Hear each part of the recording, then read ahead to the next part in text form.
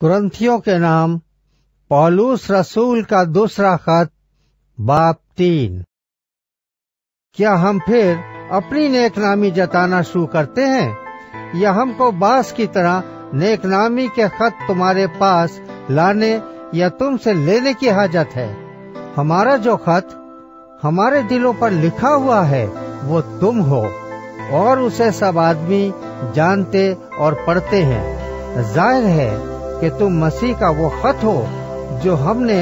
खादिमों के तौर पर लिखा, स्याही से नहीं बल्कि जिंदा खुदा के रूह से, पत्थर की तख्तियों पर नहीं बल्कि गोश्त की यानी दिल की तख्तियों पर। हम मसीह की मारिफत खुदा पर ऐसा ही भरोसा रखते हैं, ये नहीं कि बस जाते खुद हम इस लायक हैं कि अपनी तरफ से कुछ ख्याल भी कर सकें, बल्कि हमारी लियाकत खुदा की तरफ से है, जिसने हमको नए अहद के खादिम होने के लायक भी किया, लफ्जों के खादिम नहीं बल्कि रूह के, क्योंकि लफ्ज मार डालते हैं मगर रूह जिंदा करती है। और जब मौत का वो अहद जिसके हुरूफ पत्थरों पर खोदे गए थे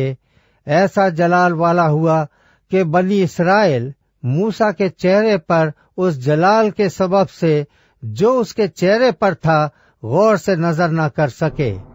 हालांकि वो घटता जाता था, तो रूह का अहद तो जरूरी ही जलाल वाला होगा,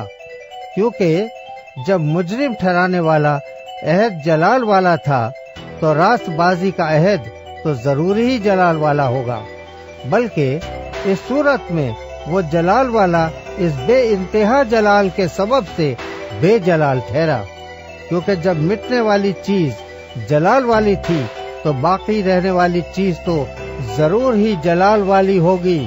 बस हम ऐसी उम्मीद करके बड़ी दिलेरी से बोलते हैं, और मूसा की तरह नहीं है जिसने अपने चेहरे पर निकाब डाला ताकि बनी इस्राएल उस मिटने वाली चीज के अंजाम को न देख सकें। लेकिन उनके ख्यालात कसीफ हो गए, क्योंकि आज तक पुराने अहदनामे को पढ़ते वक्त उनके दिलों पर वही पर्दा पड़ा रहता है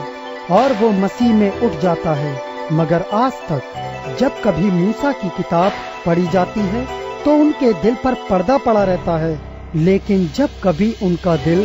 खुदावंद की तरफ फिरेगा तो वो पर्दा उठ जाएगा। और वो खुदावंद रूह है, और जहाँ कहीं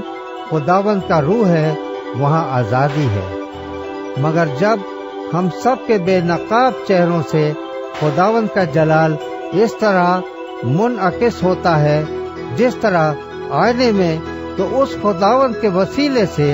जो रूह है हम उसी जलाली सूरत में दर्जा बदर्जा बदलते जाते हैं।